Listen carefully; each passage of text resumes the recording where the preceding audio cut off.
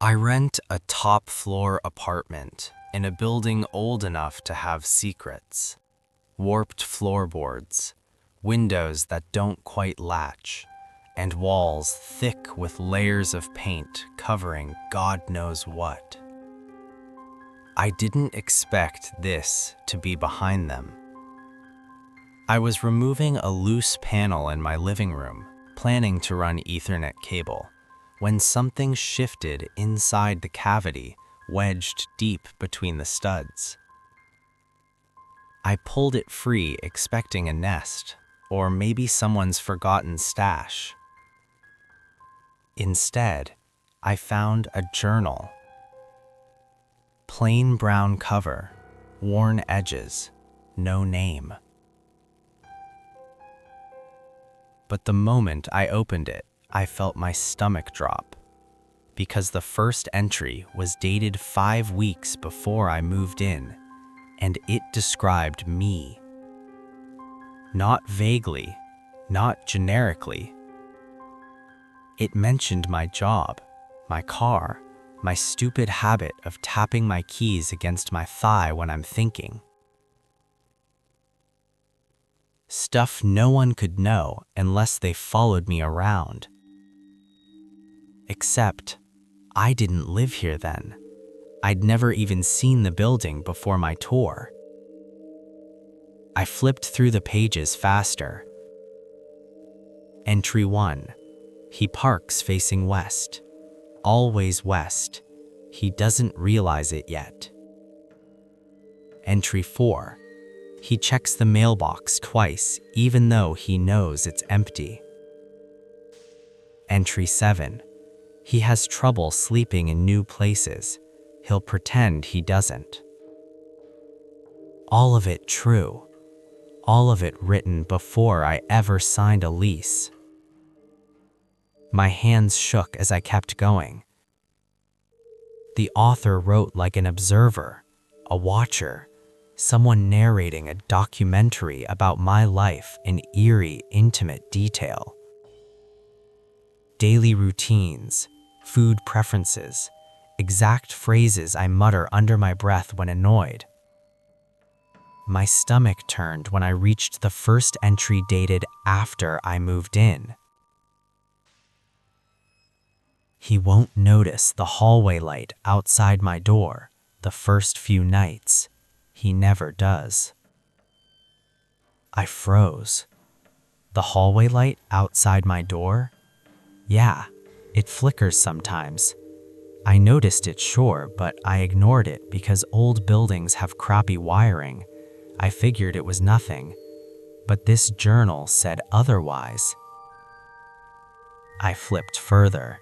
Entry after entry lined up perfectly with things that happened. He'll spill coffee on Thursday. He'll blame the mug. Yeah, that happened. I did blame the mug. He'll hear someone walk past his door at 2:41 a.m. No one will be there. Also happened. Chalked it up to a neighbor or the pipes. He'll start feeling watched around the vent. He'll stop looking at it. I actually stopped looking at the ceiling vent days ago because the way the air wheezes felt off. My hands were sweating now. There were only a few pages left. The second to last entry chilled my blood. Hill won't find this journal until it's almost time. I turned to the final page. Tomorrow's date. Written in neat, steady handwriting. He must stop ignoring the hallway light flickering at 3:12 a.m. That was it.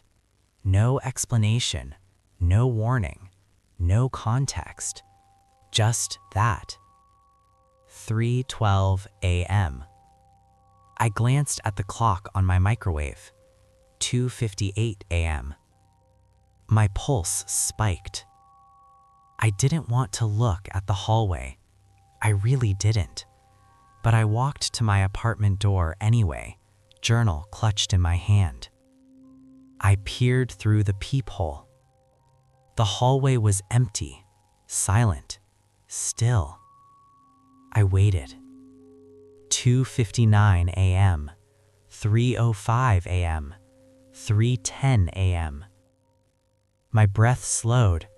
Maybe the journal was just flick. I jumped. The hallway light dimmed for a split second. Then again, flick, flick. A rhythm, not random, like Morse code or breathing. My heart slammed against my ribs. 3:11 a.m. The journal felt hot in my hands. The light flickered faster. 3:12 a.m. The exact minute. The light didn't just flicker, it went dark for half a second, then came back, and someone was standing under it. Not there before, not walking up, just appearing in the bright. A figure facing my apartment door, silent, still. As the light buzzed back to life, I realized something horrifying. The figure wasn't moving, because it wasn't standing. It was hanging, feet inches off the floor, head bowed, hands slack, and on the front of its shirt, swaying gently, was my name tag, my old one, from my last job, the one I threw away before moving here. I stumbled back from the door. The hallway light flickered again, illuminating the thing's face for just a split second. And it was my face. Bruised, sunken, lifeless. The same clothes I wore the day I moved in. The journal fell open as I dropped it. The final line, written smaller beneath the warning about the hallway light, was something I hadn't noticed earlier. If he sees himself, he must not open the door. And as my double lifted its head slowly, cracking its neck upward, I heard a soft, muffled whisper from the hallway. My own voice. "Let me in. You're almost out of time." I staggered backward from the door, breath coming in small, broken pulls. On the other side, my dead eyes stared straight at the pier hole, unblinking, glassy, wrong. My voice whispered through the crack beneath the door. "Let me in. You're almost out of time." I slapped my hand over my mouth to keep from making a sound. The journal lay face down on the floor, pages fluttering like it was breathing. The hallway light buzzed overhead, flickering in spasms that made the shadows strove across the double's hanging body. Except, he wasn't hanging anymore. In the brief blackouts between flickers, his body shifted positions, like each blink of darkness moved him a few inches forward. The first flash, hanging. The second, feet almost touching the ground. The third, standing. The fourth, closer to my door. I backed up until my shoulders hit the opposite wall. "Stop," I whispered, voice shaking. He whispered it back perfectly. "Stop." The journal rustled. I glanced down. A new line had appeared beneath the warning. It wasn't there before. "He will copy your voice next. Do not speak again." My throat tightened. My double's fingers curled around the bottom of the doorframe, pale, thin, dirty with plaster dust, and he crouched down, pressing his ear to the gap between the door and the floor, like he could hear me thinking. The lights flickered again, and this time when they came back on, he was smiling. Not wide, not cartoonish, just a small, patient smile that looked too calm for a corpse.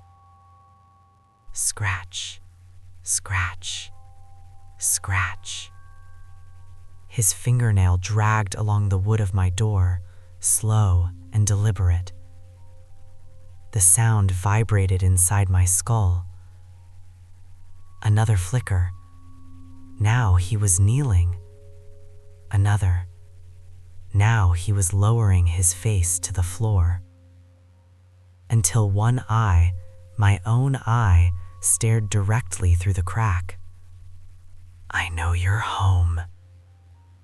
The voice wasn't perfect anymore. It was closer. Too close. He was learning. The lights went out completely, just for 1 second. But in that second, something warm brushed my ankle. I jerked back, heart slamming into my throat. When the lights returned, nothing was on the floor. Nothing in the hallway. No shadow under the door. Just silence. I didn't trust it. Neither did the journal. I picked it up with trembling fingers, flipped to the final page again. A new line bled into the paper like ink soaking upward. "If he leaves the hallway, he will enter through the vents." I whipped my head toward the ceiling vent in the corner. A faint metallic clink echoed inside it. Then another. Something crawling, pulling itself through the ductwork, coming closer. My phone lit up on the counter, a notification I hadn't expected. Camera 2, motion detected. I didn't have cameras installed, but the apartment building did. Landlord put in hallway security cams 2 years ago, and apparently the feed was paired to the resident app, something I never bothered setting up. The phone forced itself open to the live feed. A grainy view of the hallway. Empty. Then the light flickered, and for half a second the feed showed a shape crawling across the ceiling. Arms bent wrong, legs dragging behind, face pressed inches from the camera lens. My face. Then the feed cut to black. Static. Hissing. White noise. And beneath the static, buried like a whisper in a snowstorm, "Open up." The vent above me rattled violently. Dust rained down. A hand, pale and thin, slipped between the slots, fingers searching, grasping, trying to pry the metal open. The journal buzzed in my hand. I didn't know journals could buzz. I looked down and realized the pages weren't moving. The wall behind them was, because words were bleeding through, fresh ink pushing outward from inside the wall cavity, forming one urgent sentence across the paper. "Leave. Now." The vent screeched as the screws twisted loose. I bolted for the door, unlocked it, threw it open, but the hallway wasn't empty. Standing beneath the still flickering light was another me. This one was upright, still, expressionless, like a template waiting to be filled. Behind me, the vent fully snapped open. A wet gasp echoed from inside it. I froze between them, one behind me, one ahead of me, both wearing my face, both waiting. The journal's final message etched itself onto the page in frantic strokes. "Choose none. Run." I didn't think, didn't breathe, didn't decide. My body took over. I ran. I shoved past the standing double in the hallway, not looking back to see if it followed. I didn't want to know. As I sprinted down the corridor, the lights overhead flickered in sequence, almost like they were tracking my movement. And every flicker revealed another shape in a different doorway, another me, all watching, all waiting, all smiling that patient, wrong smile. The stairwell's door was only 10 feet ahead.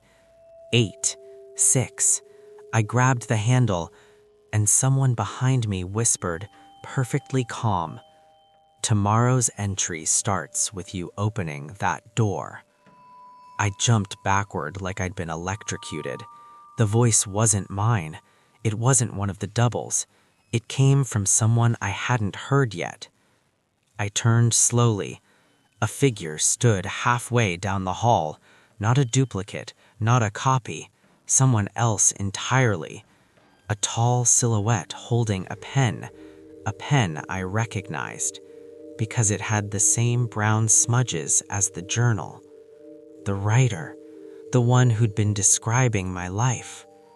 He tilted his head, tapping the pen thoughtfully against the wall.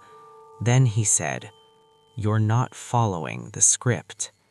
He stood at the end of the hallway like he'd been waiting for the right scene to step into.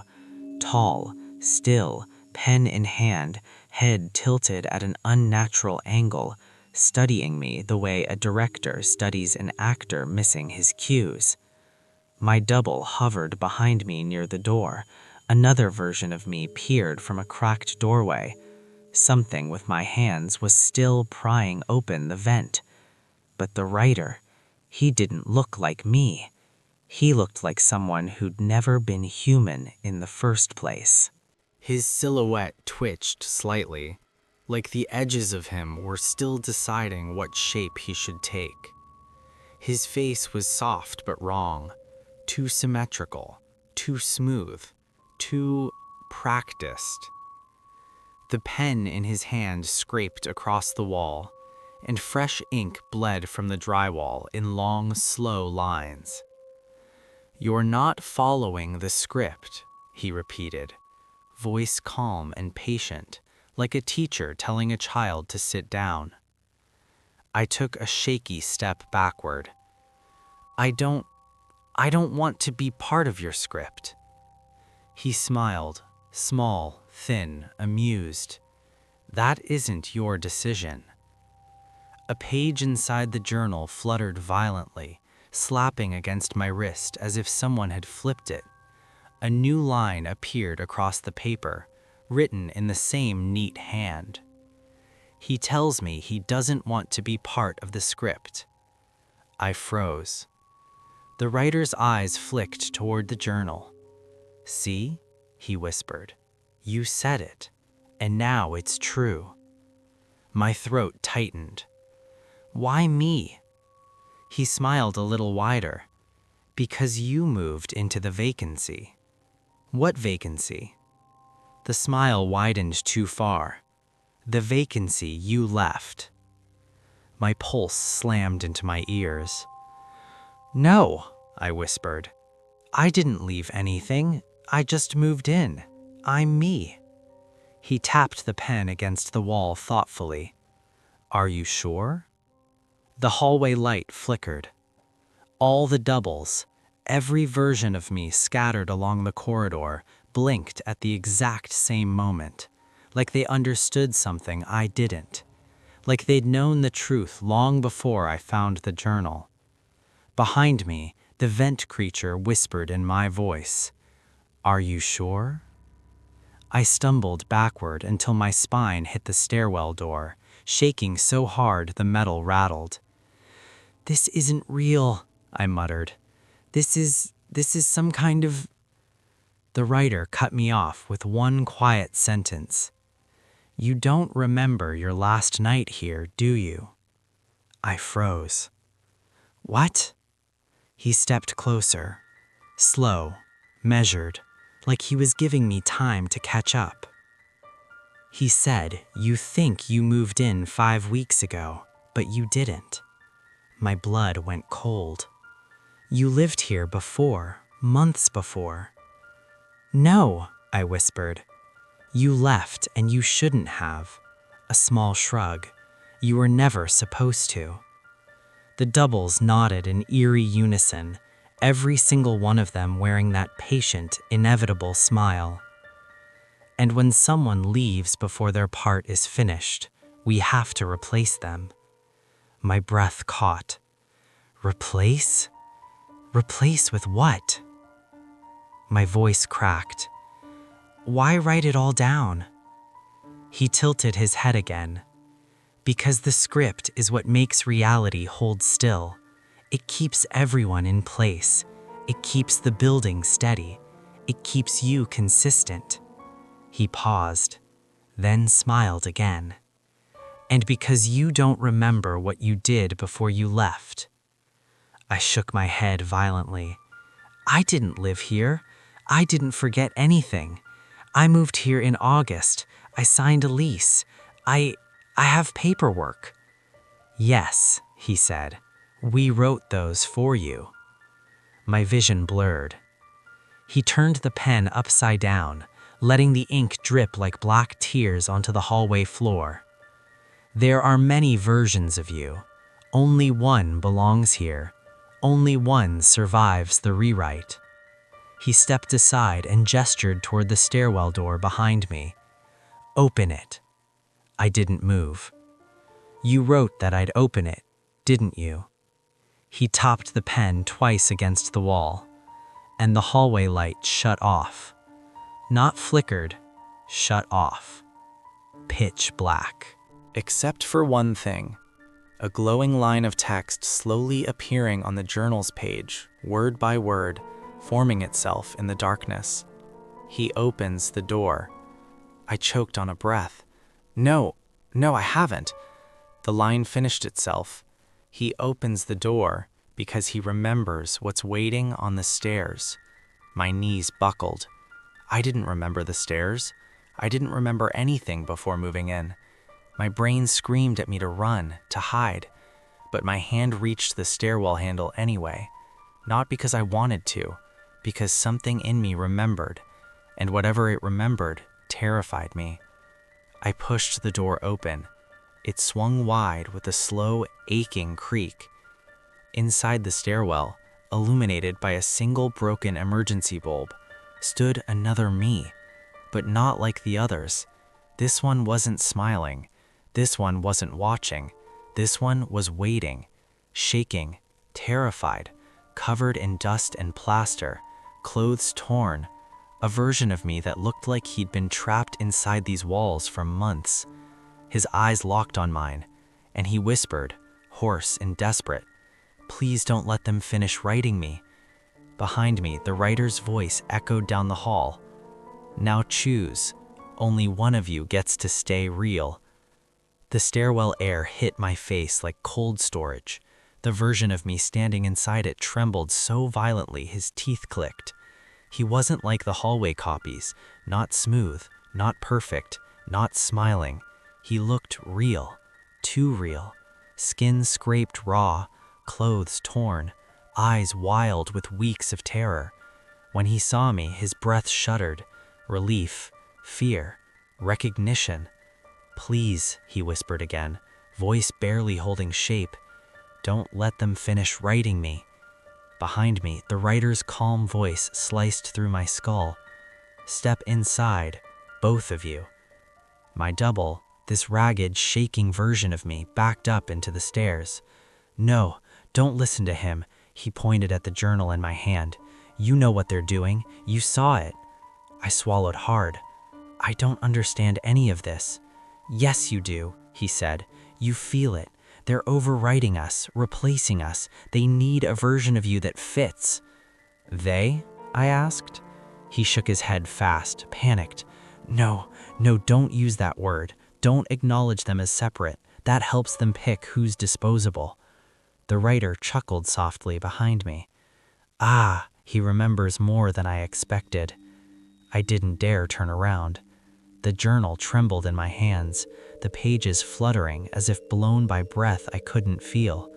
A fresh line inked itself onto the open page. One version begs, one version doubts, One version obeys. My stomach dropped. 3 versions, 3 roles, only one original. The writer spoke again, pen tapping lazily against the wall. Ask him where he's been. Go on. I stared at the trembling version of myself. He didn't hesitate. They kept me behind the walls, testing voices, testing reactions, trying to get a perfect match for the script. Every time I resisted, they rewrote me. His voice broke on the last word, cracked like it hurt to say. They did that, he said, pointing at his face, when I refused to act the way they wrote. My throat tightened. And why me? Why are there so many of me? Behind me, the writer answered instead. Because you don't remember leaving the last time. A cold spike stabbed through my chest. I never lived here before. That's what we wrote, he said simply. My double grabbed my arm, fingers trembling. You did live here. We did. And when you left before the script ended, they had to pull you back in, make more of us, try again. My pulse hammered. The writer's voice softened to something almost gentle. Original tenants are so hard to keep. The hallway copies stepped closer, quiet, unified. Each of them tilted their head in the same perfect angle, each of them smiling the same satisfied, inevitable smile, except the one in the stairwell. The broken one. He looked nothing like them. He looked like me, human, terrified, wrong for their script. He gripped my wrist tighter. You have to run, he pleaded. If one of us leaves the building, they collapse, or scatter, or start over. I don't know, but I ran once, and it almost worked. Almost, I whispered. He dropped his gaze. They caught me before I got out. Behind me, the writer flipped the journal open wider with a slow, satisfied whisper of paper. A final sentence wrote itself. Only one version exits the building tonight. The doubles at the hallway's end moved in unison, forming a silent wall. The vent double dropped onto the floor with a wet thud behind me. The standing hallway double stepped to my side, all smiling, all ready. The writer raised the pen and pointed it at us. It's simple, he said. Choose who stays real. The script needs one, only one. My heart pounded against my ribs. My broken double grabbed the stairwell railing and whispered, choose me. Choose the version who remembers. The writer tapped the pen again. A new line appeared in the journal. He chooses wrong.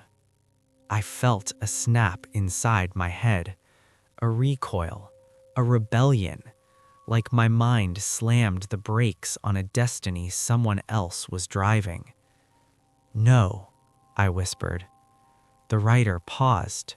The pen hovered. What did you say? He asked. I looked at the broken version of me shaking in the stairwell. Then I looked at the copies behind me, polished, eerie, waiting for instruction. My voice cracked, but it didn't break. I choose none of us. The hallway went silent, utterly still. Even the light stopped flickering. The writer slowly lowered the pen. That isn't an option. It is, I said, stepping backward into the stairwell with the broken double. Because none of us fit your script. He tilted his head, expression flattening. You don't get to decide that. I grabbed the stairwell door and slammed it shut between us. The journal in my hand spasmed, pages thrashing like something trapped in them was clawing to get out. But the final line refused to change. The writer banged on the door, once, twice, A third time, his voice seeped through like oil. "Come back, the script isn't finished." I took the broken version of me by the arm. "We finish it ourselves," I whispered. We ran, down the stairs, faster than I thought I could move. I heard the doubles pounding against the stairwell door above us. I heard something crawling in the walls beside us. I heard the writer calling after us, voice growing distorted, desperate, inhuman. "Stop! The script isn't written that way. You can't run. You don't have a page for this." But we kept running. Because for the first time since I found that journal, the words didn't predict me. They didn't control me. They didn't know what came next. The stairwell door at the bottom led to the outside. Cold night air blasted over us. He hesitated, the broken me. "What if we're both wrong?" he whispered. I squeezed his arm. "Then at least we get to choose." We stepped outside, and behind us, the building exhaled. A long, aching groan of wood and brick, like something collapsing in on itself, or something waking up. No more flickering lights, no more doubles stepping from doorways, just silence. For now. The journal's final blank page fluttered in my hand as a new line slowly inked itself in, trembling violently as if struggling to form. Then, he leaves. And finally, and the script ends here. But a faint line, barely visible, bled in beneath it, like something writing from far away. For now.